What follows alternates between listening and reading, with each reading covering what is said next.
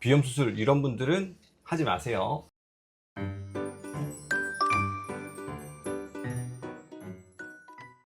안녕하세요. 이비인후과 전문의 이동훈입니다. 오늘은 비염 수술에 대해 얘기를 해보려 합니다. 많은 분들이 콧물, 재채기, 코막힘 등으로 비염으로 인해서 힘들어하시는 분들이 많이 있습니다. 그 중에 어떤 분들은 수술을 통해서 이것을 개선시키려고 하시는 분들도 있는데요. 오늘 제가 말씀드릴 이런 분들은 비염 수술 도움이 되지 않습니다. 자, 첫째, 원인이 구조적인 부분이 아니라면 수술은 금지입니다. 비염이라고 해서 모두 수술의 대상이 되는 것이 아닙니다. 코원을 봤을 때 합의각기가 비정상적으로 커져 있거나 부어 있거나 혹은 비중격이 휘어서 코원이 막혀 있는 구조적인 문제라면 수술이 도움이 되지만, 그냥 점막 기능의 이상, 혈관 운동성 비염이나 알레르기로 인한 과민증의 같은 점막 기능의 이상으로 인한 비염이라면 수술은 도움이 되지 않고요. 이런 분들은 약물 치료나 보존적 치료가 도움이 됩니다. 두 번째, 약물 치료 혹은 다른 치료도 한 번도 안 해보고 바로 수술을 고려하는 경우도 좋지 않습니다.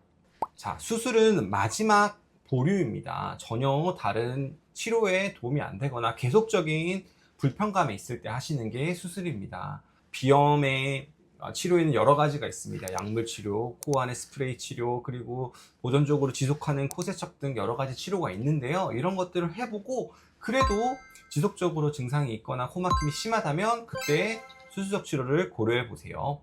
자, 세 번째, 이게 오늘 하는 것 중에 가장 중요한 이야기일 수 있는데요. 내가 가진 비염의 증상 중에 가장 힘든 것이 코막힘 경우라면 수술이 도움이 되지만, 내가 힘든 증상이 코막힘이 아니라 다른 증상이라면 수술을 한번 보류를 해 보셔야 됩니다.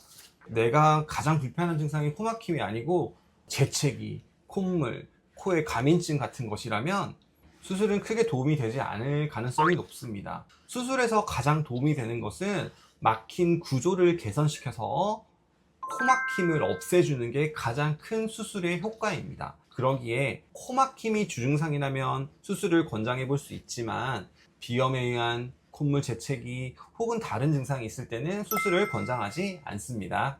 자, 네 번째, 비염 수술을 고려하지 않는 경우는 내가 가진 증상의 원인이 비염이 아닌 경우입니다. 말 그대로 비염 수술은 비염으로 인한 코 구조가 막혔을 때 하는 것입니다. 코막힘이 있다고 해도 전부 다 비염은 아닐 수 있습니다. 부비동염인 경우도 있고요. 코 안 섬모 운동 이상인 경우도 있습니다. 다른 질환인데 비염으로 착각해서 비염 수술을 받는 경우는 오히려 증상이 더 심해질 수도 있습니다.